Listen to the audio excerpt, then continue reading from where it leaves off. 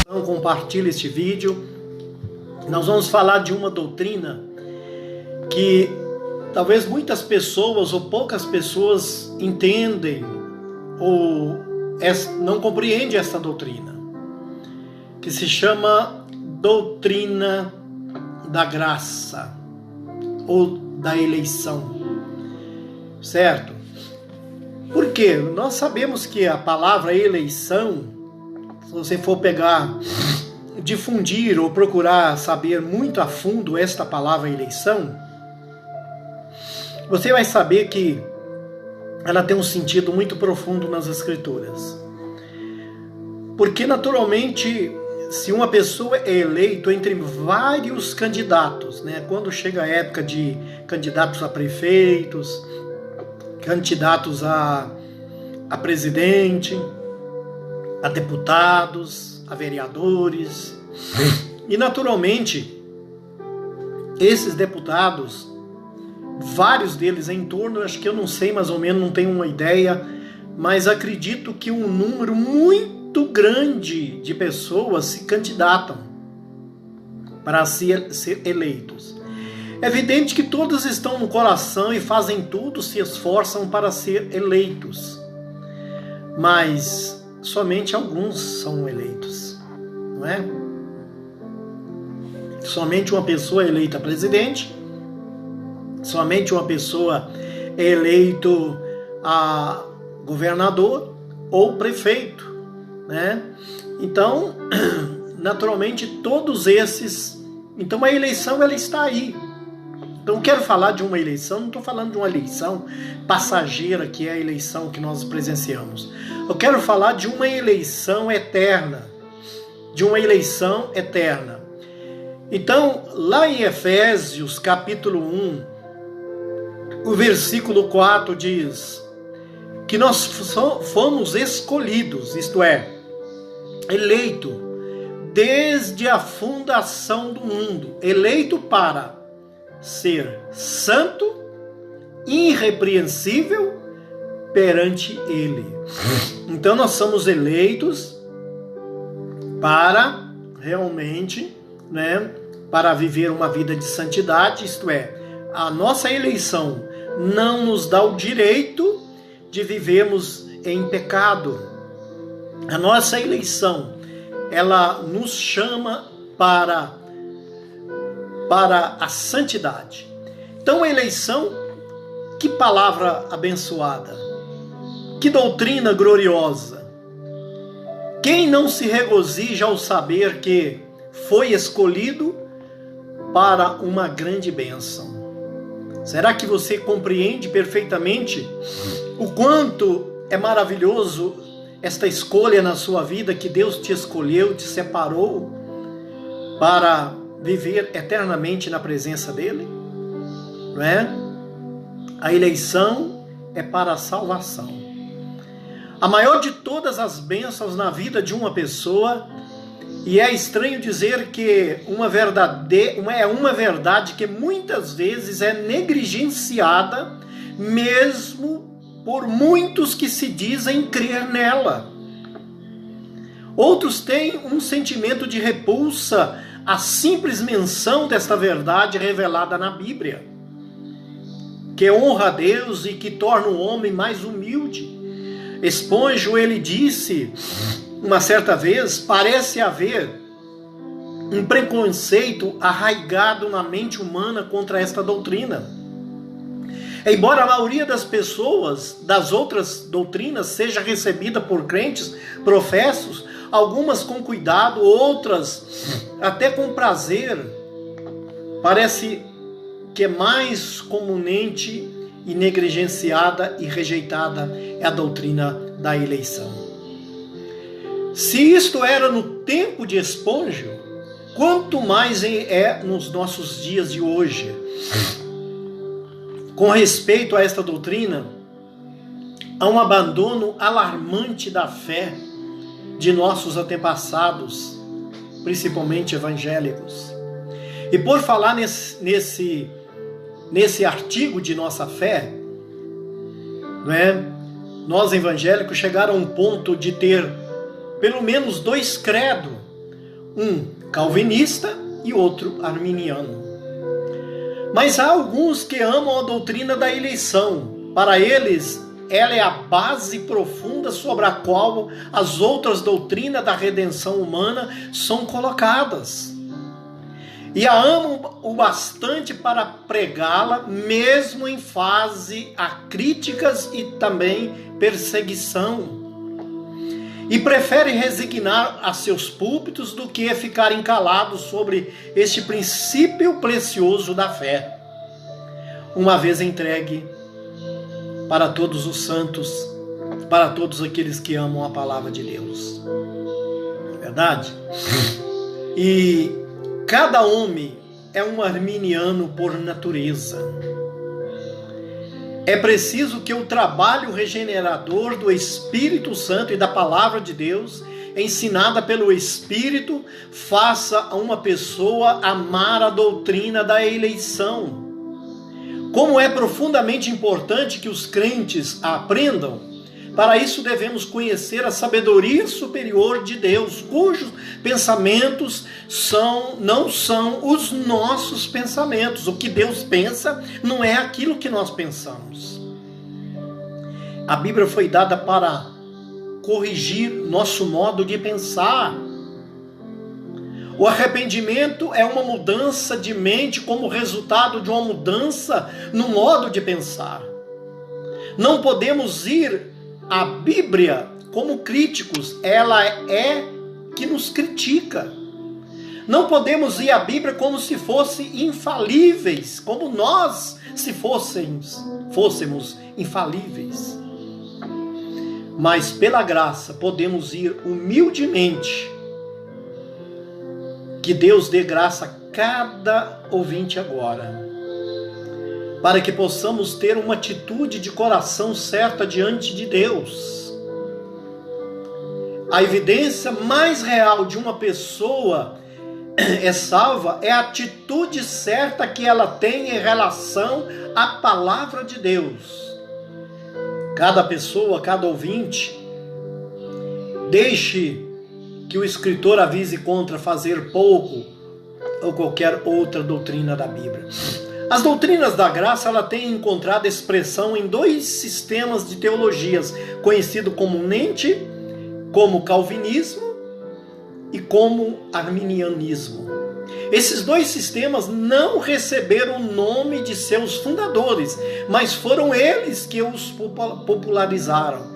O sistema da verdade, conhecido como calvinismo, foi pregado por Agostinho no tempo antigo, antes dele, por Cristo, e também pelos apóstolos, sendo enfatizado especialmente pelo apóstolo Paulo. Foi o que deu mais ênfase a esta doutrina. O sistema do erro, conhecido como arminianismo, foi proclamado por Pelágios no século V. Entre 2 não há posição mediana. Cada homem está de um lado ou do outro em seu pensamento religioso. Alguns tentam misturar os 2, mas não é um pensamento correto. Dizer que não somos calvinista e nem arminiano é fugir do assunto. O paulinismo é representado ou pelo calvinismo ou pelo arminianismo. O sistema verdadeiro é baseado sobre a verdade da depravação total do homem. O sistema do erro é baseado sobre o dogma romano da própria vontade. Algumas observações gerais que nós poderíamos, para acabar com esse preconceito: não há nenhuma doutrina tão vergonhosamente mal representada. A questão do irmão, conhecida como bait, contra os inimigos da depravação total, é aplicada aqui com toda justiça quando ele diz: de lábios hostis, uma afirmação justa e correta da doutrina nunca é ouvida. O tratamento que a doutrina da eleição recebe das mãos de seus inimigos é muito parecido com os cristãos primitivos que receberam dos imperadores romanos, os cristãos antigos foram muitas vezes vestidos de peles de animais sacrificados e depois sujeitos aos ataques dos animais selvagens e ferozes. Do mesmo jeito, a doutrina da eleição, ela é vestida com um traje horrível, exposta ao ridículo e à zombaria. Agora, vamos tentar despir esta verdade gloriosa do seu traje falso e também vicioso, com o qual nas mãos inimigas vestiram e colocaram os trajes de santidade e também sabedoria. Primeira coisa que nós gostaríamos de destacar aqui nesse estudo desta noite. Primeiro, a eleição não é salvação, mas é para a salvação.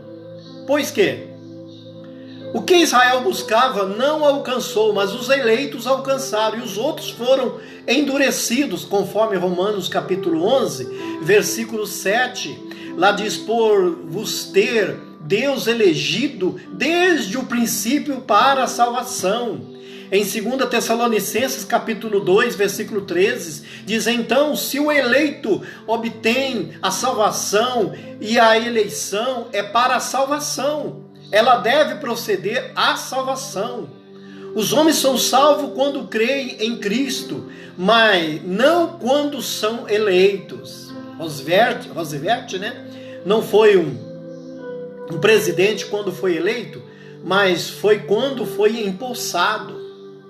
Não houve só uma eleição, mas uma indução ao cargo. Os eleitos de Deus são induzidos à posição de santidade pela chamada eficaz, que é o trabalho de vivificação do Espírito Santo na vida do pecador, através do qual torna-se crente no Evangelho.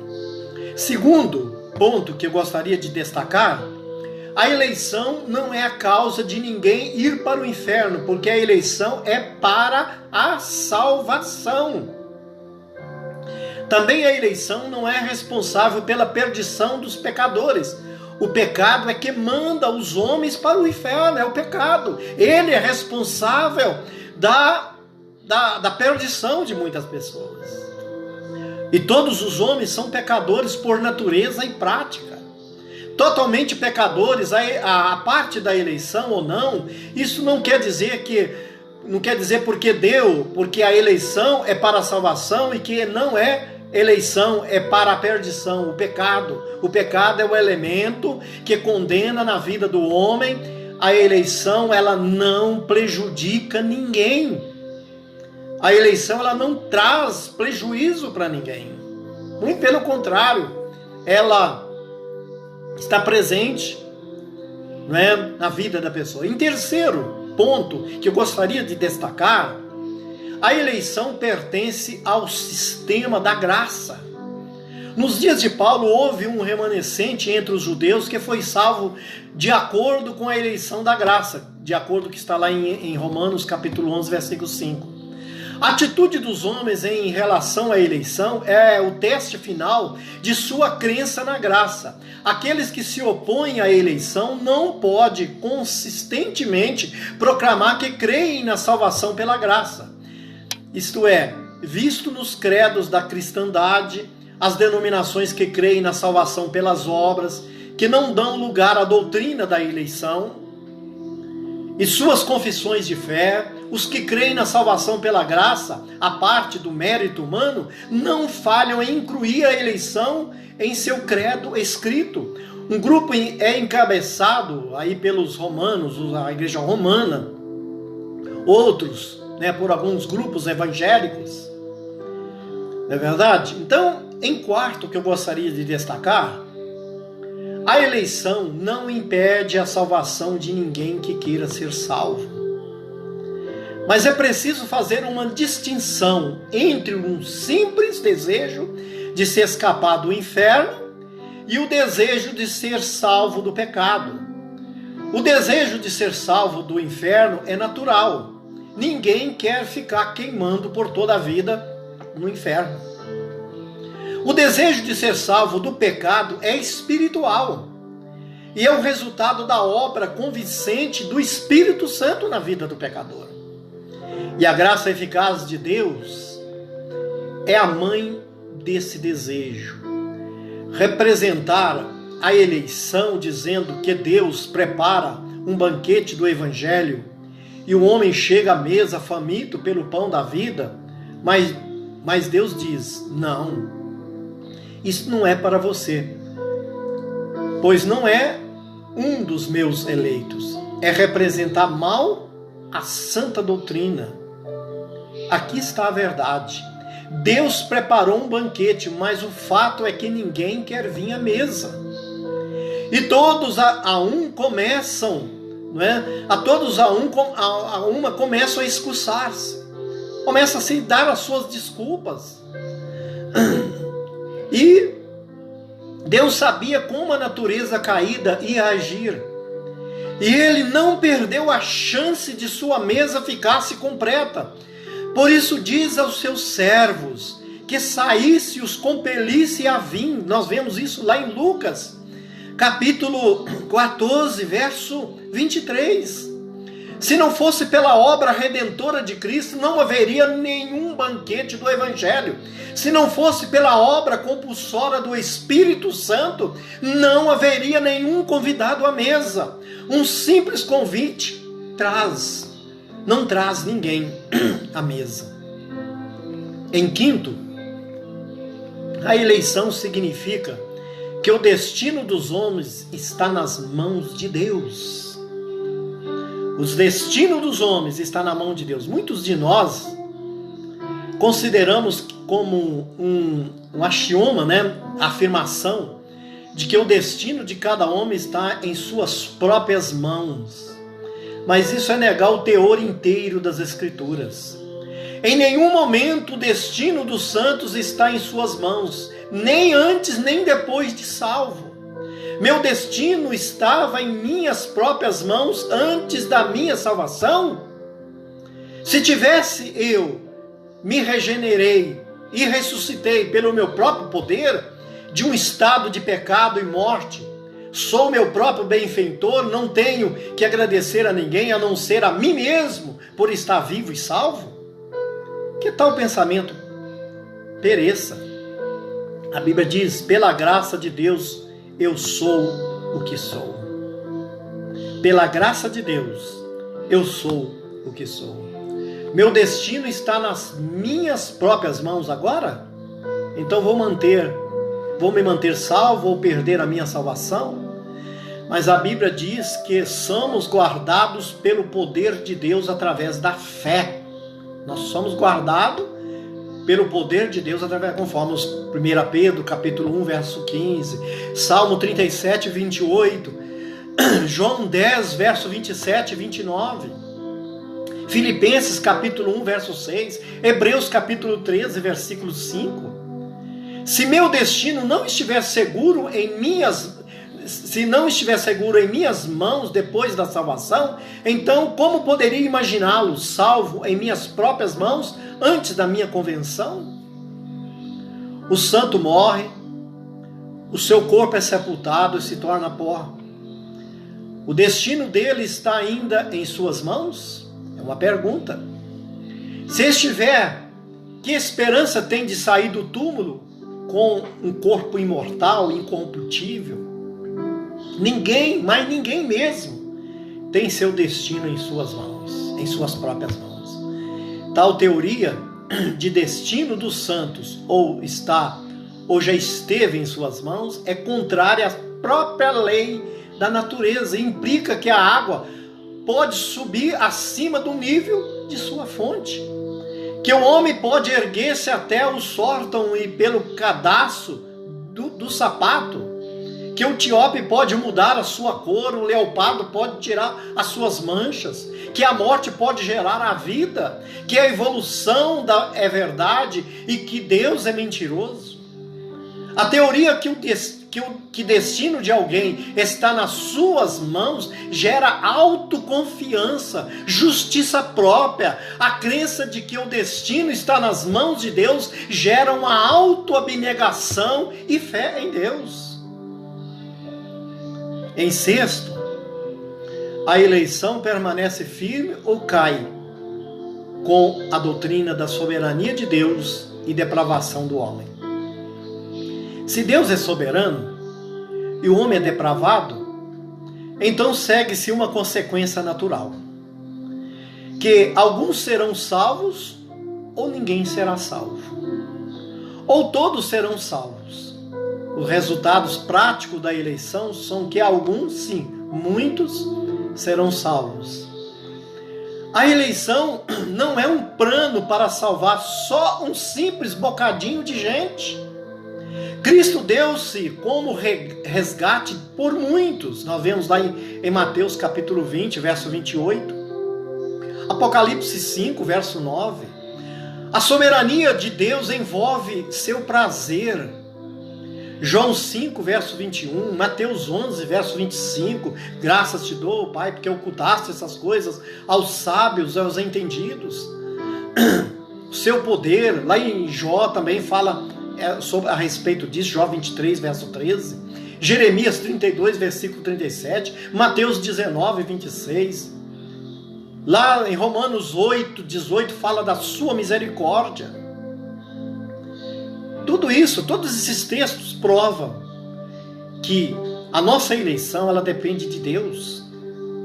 É Ele que nos escolheu desde a fundação do mundo. Em sétimo ponto que eu gostaria de destacar, os eleitos são manifestados em arrependimento, fé e boas obras. Estas graças sendo feitas por Deus ao homem não são as causas, mas as evidências da eleição. Nós podemos ver isto lá em Tessalonicenses, capítulo 1, verso 3 até o verso 10. Também em 2 Pedro, capítulo 1, verso 5 até o verso 10. Filipenses, capítulo 2, do verso 12 até o 13. E Lucas 18, versículo 7. Quer dizer, o homem que não ora, que não se arrepende dos seus pecados e confia em Cristo, que não se empenha nas boas obras, não tem o direito de dizer que é um dos eleitos de Deus. O que eu quero dizer, não estou querendo dizer que as obras nos salvam, mas as obras mostram quem é que somos. É nossas atitudes que mostram quem é que somos. É o nosso proceder, a nossa maneira. Não é que os nossos méritos vai nos justificar diante de Deus, jamais. A salvação para nós é mediante a misericórdia de Deus em nossas vidas. A misericórdia de Deus nos alcançou e nos salvou. Não é os nossos méritos, porque eles não têm valor nenhum diante de Deus. Eu gostaria de destacar aqui, para ver se eu consigo concluir primeiro essa primeira parte desse estudo, alguns pontos de vista falsos examinados e também refutados, que muitos crentes professam realmente não têm uma opinião sobre a eleição. Eles nem mesmo pensam bastante e nem estudam para ter qualquer opinião sobre ela. Muitos têm pontos de vista errados. Vejamos alguns deles. A gente vê isso até em alguns obreiros, alguns pastores. Tem seu ponto de vista a questão das eleições. Não entendem. O primeiro ponto de vista que os homens que dizem, quer dizer, o ponto de vista que os homens são eleitos quando creem. Este é um ponto de vista. Esse ponto de vista é facilmente refutado, porque é contrário tanto ao senso comum quanto às Escrituras. A eleição é para a salvação e, portanto, deve precedê-la. Não tem sentido falar em eleger um homem para alguma coisa que ele já tem. O homem tem a salvação quando crer e, portanto, a eleição, nesse ponto, não seria necessária. A eleição teve lugar na eternidade, conforme já lemos no primeiro versículo de Efésios 1:4. Quer dizer, a salvação ela tem o seu primeiro lugar quando o pecador, lá na eternidade, né? A salvação tem lugar quando o pecador crê. O ponto de vista O segundo ponto aqui que eu gostaria de destacar, o ponto de vista que a eleição pertence só aos judeus. Esse ponto de vista também tira dos gentios o conforto de Romanos 8, verso 28 e 29. Além disso, Paulo, que foi um apóstolo aos gentios, diz que ele suportou tudo pelos eleitos, para que eles pudessem obter a salvação, 2 Timóteo, capítulo 2, verso 10. O terceiro ponto que eu gostaria também de destacar, refutar, é o ponto de vista que a eleição teve lugar na eternidade, mas que foi tendo em vista o arrependimento previsto e fé. De acordo com esse ponto de vista, Deus na eternidade olhou através dos séculos e viu quem ia se arrepender e crer. E estes que ele viu de antemão foram eleitos para a salvação. Esse ponto de vista está correto só em um ponto, que é a eleição. Teve lugar na eternidade. Mas está errado quando faz a base da eleição ser algo no pecador, em vez de alguma coisa em Deus. Lá em Efésios, quando nós falamos, Efésios capítulo 1, verso 4 a 6, onde diz que a eleição e a predestinação são segundo o beneplácito de sua vontade e para louvor e glória de sua graça. Presta bem atenção.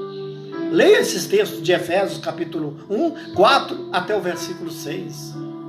Que segundo o seu beneplácito de sua vontade. Então a eleição, ela é a vontade de Deus. Então esse ponto de vista, apesar de ser mais popular entre a maioria de alguns evangélicos, está aberto a muitas objeções. Primeiro, ele nega que a Bíblia diz sobre a condição do homem por natureza. Então é uma das objeções. A Bíblia não descreve o homem natural como tendo fé. De acordo com 1 Coríntios capítulo 2, verso 14, João capítulo 3, verso 3, tanto o arrependimento quanto a fé são dons de Deus. A fé é um dom de Deus. A fé ela não é uma coisa do homem, a fé ela vem de Deus. É Deus que concede a fé, é um dom. A Bíblia diz isso claramente. Deus voltando aqui a questão de Coríntios, capítulo 2, verso 14, João 3, né, diz: aquele que não nascer, né, de novo não pode ver o reino de Deus. Então, Deus, com a sua destra, elevou o príncipe e salvador para dar a Israel o arrependimento e remissão dos pecados, de acordo com Atos 5:31. E ouvindo estas coisas, apaziguaram-se e glorificaram a Deus, dizendo: na verdade, até aos gentios deu Deus o arrependimento para a vida. Quer dizer, Deus deu o arrependimento para a vida. Lá em Atos 11, verso 18, diz: instruindo com mansidão os que resistem a ver se porventura Deus lhe dará arrependimento para conhecerem a verdade. É interessante conhecerem a verdade. Lá em 2 Timóteo capítulo 2, verso 25, também fala a respeito disso. Efésios capítulo 2, versículo 8 até o 10. 1 Coríntios capítulo 3, versículo 15, né? Então a eleição ela não foi por causa de uma fé prevista, mas por causa da descrença prevista. Não é a eleição dos fiéis de Deus, mas a fé dos eleitos de Deus. Se quisermos manter as palavras escritas lá em 1 Tito capítulo 1, versículo 1. Segundo ponto que gostaríamos de ver aqui nesse assunto, ele faz a raça humana diferir por natureza, visto que a Bíblia diz que todos somos por natureza filhos da ira e todos barro da mesma massa. Não é isto?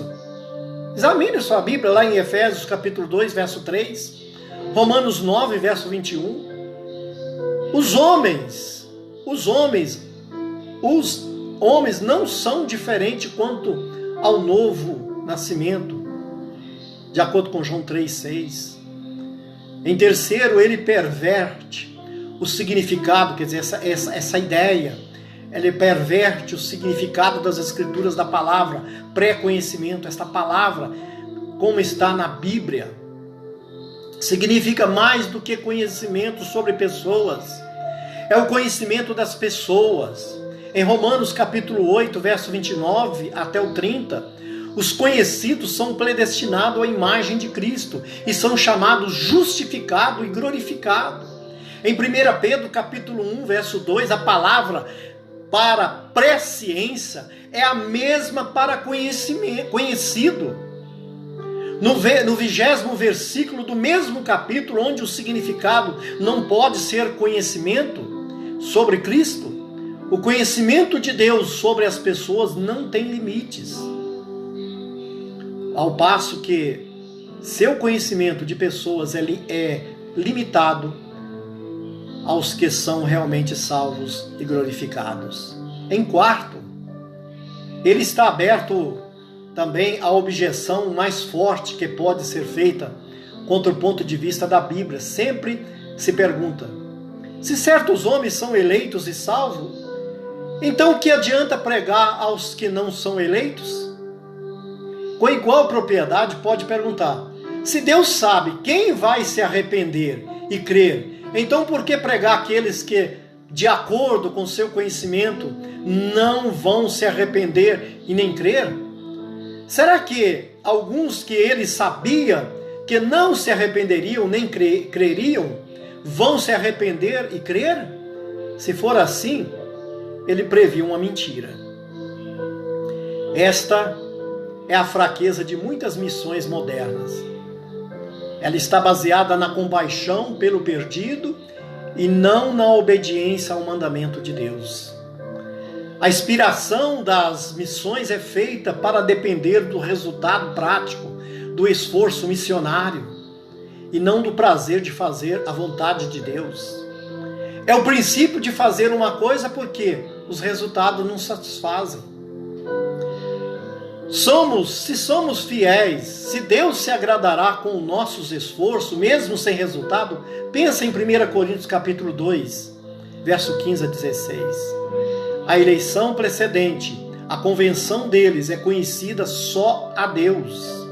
Temos que pregar o evangelho a cada criatura, porque Ele mandou fazer isto. Deus cuidará dos resultados. Quem convence o pecador é o Espírito Santo. Eu tenho que, o meu dever, porque a ordem de ir e pregar a toda criatura é uma ordem que Deus dirige a nós.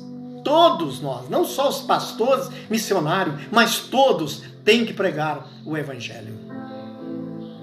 Então nossa responsabilidade é testemunhar. Deus é quem fará nosso testemunho eficaz. E aí, a doutrina definida, explicada e provada. O que é eleição? Como que o termo é usado na Bíblia? Eleição significa uma escolha, selecionar dentro, né? Quer dizer, a eleição significa uma escolha. Selecionar dentro, separar, tomar um e deixar o outro. Se houver uma dúzia de maçãs numa cesta e eu tirasse sobre elas, todas elas, não haveria escolha. Mas se eu tirar 7 e deixar as outras 5, então houve uma escolha. Não é verdade? Pense bem. A eleição, como é ensinada na Bíblia, significa que Deus fez uma escolha entre os filhos dos homens. No princípio, Ele fez sua escolha sobre certos indivíduos a quem deu seu Filho e por quem Cristo morreu como substituto e que no tempo certo ouve o Evangelho e creia em Cristo para a vida eterna. Vamos ampliar bem esse assunto, fazendo 3 perguntas muito relativas. Preste bem atenção nessas 3 perguntas. Primeiro, quem faz a eleição? Pense. Quem escolhe as pessoas para serem salvas? Se os homens são escolhidos para a salvação, como afirmam as Escrituras, quem fez a escolha? Pense. Deve haver uma seleção ou um universalismo? A linguagem das Escrituras parece definir peculiarmente em resposta a esta pergunta, está em Marcos 13, verso 20. Fala do eleito, a quem ele elegeu. Traduzida em nossa versão, por causa dos eleitos que ele escolheu. Entendeu bem? A palavra eleição está associada com Deus e não com o homem. Alguém fala, mas eu que escolhi. Mentira! Não tem como. Como que você pode se eleger por si próprio? Aí é obras. Aí você está atribuindo mérito para você. Vamos entender as Escrituras. Vamos entender a Bíblia Sagrada como ela deve ser entendida. Como ela está. Que mulher, nós queremos a Bíblia da nossa maneira, mas nós temos que enquadrar a maneira da Bíblia, da palavra de Deus, a questão da eleição. Então, eleitos é que ele elegeu. Então, traduzido esta eleição, o seu povo são os escolhidos e a graça é a fonte. A teologia de que Deus vota a nosso favor, Satanás contra, é que nós damos o voto decisivo. É completamente fora dos ensinamentos das Escrituras e é quase ridícula demais para ser notada. Podemos ler lá em João 15, verso 16, 2 Tessalonicenses, capítulo 2, versículo 13, e o Efésios, capítulo 1, versículo 4, que eu acabei de citar para você. Aí vem a segunda pergunta. Quando a eleição é feita? Quando? Como resposta, somos silenciados pelas Escrituras. Mas a Bíblia responde com clareza total. Em Efésios capítulo 1, versículo 4, lemos que, como também nos elegeu nele antes da fundação do mundo. Preste atenção, como também nos elegeu nele antes da fundação do mundo. Será que você tem condições de saber quando que o mundo foi fundado? Quantos anos tem que o mundo, quer dizer, nem sequer existia? Nem sequer você estava aqui. O mundo não existia. Você era um nada. Mas lá na eternidade, bilhões e bilhões de anos, ele já te elegeu. Se você hoje está na igreja, se você hoje deu crédito ao Evangelho, se você hoje está servindo ao Senhor, é porque você foi eleito. Deus te escolheu. Se eu estou aqui pregando o Evangelho, já tem 42 anos que eu sirvo a Jesus. Só de pastorado no próximo janeiro eu vou completar 40 anos de ministério. Se eu estou servindo ao Senhor, é porque Ele me elegeu. Ele me elegeu. Então, Ele nos elegeu antes da fundação do mundo. Então nós encontramos também lá em João 17, 24, onde fala de amor eterno do Pai pelo Filho. Em 1 Pedro, capítulo 1, verso 20, onde se refere à determinação eterna da mente divina em relação à morte de Cristo. Há muitas expressões semelhantes. Veja Apocalipse, capítulo 13, verso 8, 2 Tessalonicenses, capítulo 2, verso 13, 2 Timóteo, capítulo 1, verso 9. A eleição, ela é eterna. Uma coisa eterna não finda, não termina, não se acaba. Em terceiro, por que foi feita a eleição? ela foi baseada em algo bom no pecador? Então, ninguém teria sido eleito, porque não há ninguém bom. A santidade não é a causa, mas o efeito da eleição.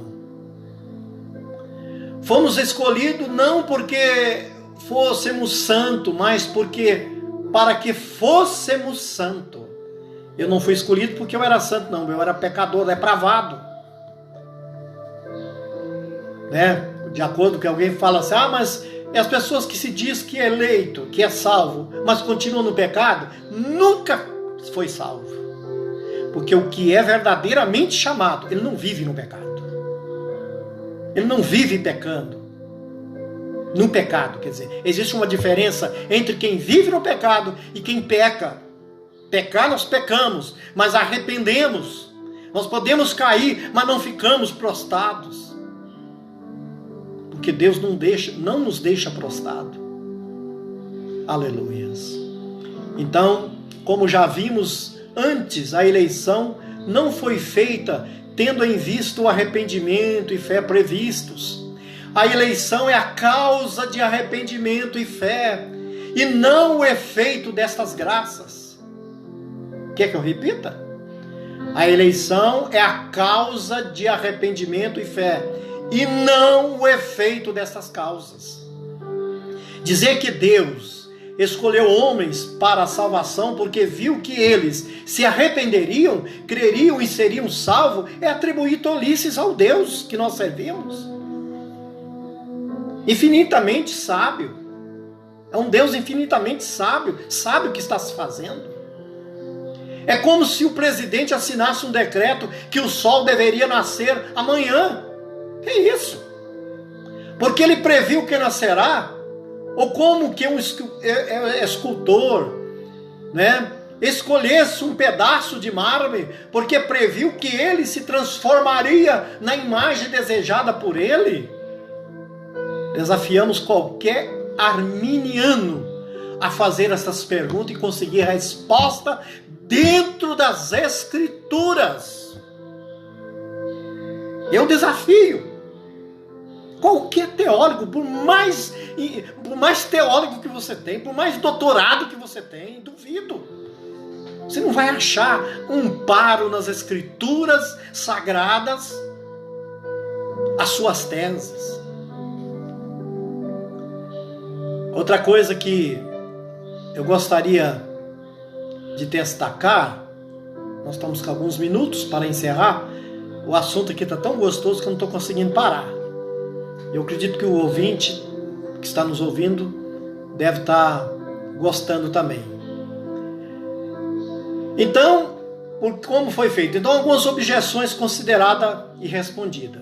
Muitas são as objeções feitas contra essa doutrina. Às vezes, os objetores se tornam barulhentos e até furiosos. Que pena que tantos desses objetores estejam nas fileiras, né, muitas vezes até evangélicas. Pregar essa doutrina antiquada da nossa fé, como fizeram Lunan, Filler, né, Gil, Esponjo, Boyce, muitos outros, né, Taylor, e uma multidão de outros homens representados da nossa denominação, é gotejar um tipo mais amargo de oposição. O próprio John Wesley nunca disse palavras mais ásperas contra essa doutrina abençoada de nossa fé, como fazem alguns evangélicos. Eu não vou citar nomes de hoje. O arminianismo, que descende do papado, tem crescido anormalmente nas 2 décadas, como filho adotivo de um grande grupo de evangélicos. Primeiro, objeta-se que nosso ponto de vista da eleição limita a misericórdia de Deus. Aqui mesmo, criticamos os críticos, porque quem faz a objeção limita tanto a misericórdia como o poder de Deus. Ela admite ela admite, né? Concordamos, como podemos dizer aqui, que as pessoas, que assim limitando o poder de Deus, cremos que o Deus pode dar ao homem uma mente sadia, né? 2 Timóteo, capítulo 1, verso 7, lá fala sobre isso, fazendo-se disposto no dia do seu poder. Quer dizer, a este ponto devemos enfrentar duas proposições autoevidentes. Primeiro, se Deus está tentando salvar cada membro da raça caída de Adão e não se sai bem, então seu poder é limitado. E Deus é esse que não consegue salvar todos. E Ele não é o Senhor Deus Todo-Poderoso. Segundo, se Ele não está tentando salvar cada membro da raça caída, então a sua misericórdia também é limitada. Necessariamente teremos que limitar sua misericórdia ou seu poder, ou ir de malas e bagagem para a posição universalista. Mas antes de fazermos isto, vamos à lei, ao testemunho que diz. Certo? As escrituras diz. Tem muitas pessoas que não gostam de Romanos capítulo 9. Ele lê o livro de Romanos, mas quando chega no capítulo 8 e termina, ele pula, vai para o capítulo 10. Não gostam de ler, porque ali está uma verdade. Mas aqui em Romanos 9, o versículo 15, até o versículo 18, é necessário dizer que o conforto, aliás, aqui diz, vou só citar uma parte do versículo, ele diz: compadecer-me-ei de quem me compadecer, terei misericórdia de quem eu tiver misericórdia. Logo, pois, compadece de quem eu quero e endurece a quem quer. Aí para você ler. Então é necessário dizer que o conforto é a esperança de grandes pecadores, que a misericórdia de Deus não é limitada pela condição natural do pecador. Todos os pecadores estão mortos até que Deus os faça vivos. Ele pode tirar o coração de pedra. Nenhum homem é tão grande pecador que não possa ser salvo. Podemos orar pela salvação do maior dos pecadores, com certeza de que Deus o salvará, se for da sua vontade. Aqui a Bíblia diz em Provérbios 21:1, diz: como ribeiros de água, assim é o coração do rei na mão do Senhor. A tudo quanto quer o inclina. Regozijemos ao dizer, como Jeremias, que não há nada muito difícil para Deus. Podemos orar pela salvação de nossos entes queridos, com o sentimento do leproso, quando disse: Senhor, se quiseres, pode me tornar-me limpo. Se quiseres. Ele não falou assim, só pode me fazer limpo. Ele disse, se quiseres. Está uma exceção. Mateus 8, verso 2. Quando Robert Morrison estava quase para ir para a China, um americano incrédulo perguntou-lhe se achava que iria causar alguma impressão aos chineses. A resposta de Morrison foi: não, mas eu creio que Deus pode. Esta deve ser a nossa confiança e esperança quando estivermos diante dos pecadores, que para eles o Cristo crucificado. Aleluia. Aquele que realmente morreu por nós. Outra objeção à eleição é que ela torna Deus injusto. Alguém fala, mas Deus é injusto. Esta objeção traz um coração mau. Ele faria o Criador ter obrigação para com a criatura. Ele faz da salvação uma obrigação divina. Ela nega o direito do olheiro sobre o barro da mesma massa, de fazer um vaso para a honra e o outro para a desonra.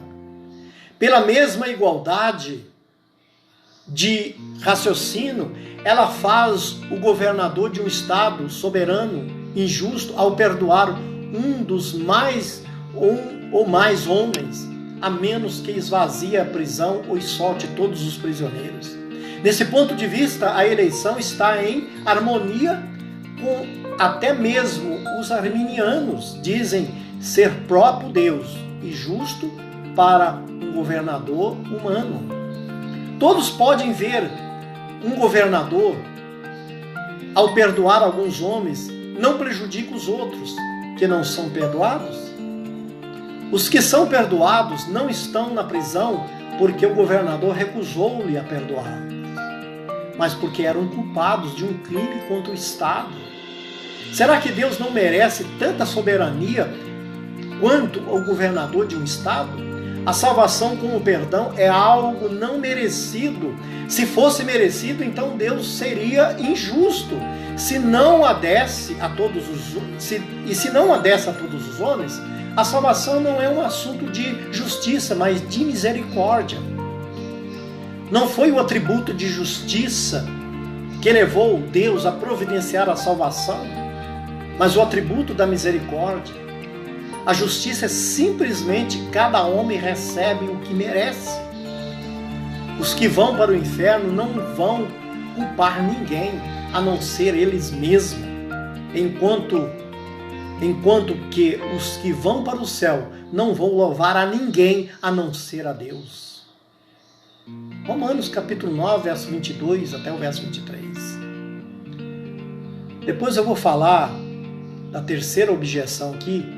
Vamos deixar para a próxima quinta-feira. Quinta-feira eu volto aqui, né? Nós vamos estar fazendo o nosso culto. Aí eu vou falar a terceira objeção, né? Paramos aqui na terceira objeção. E nós queremos encerrar por aqui, porque isso aqui é longo, tá? Esse assunto é muito longo e eu tenho muita coisa boa para a gente aprender. Estou falando dentro das Escrituras, isso aqui é importante. Eu prefiro a Bíblia, ela fala por si mesma. Que Deus abençoe a sua vida, tá? Obrigado aí a todos. Vamos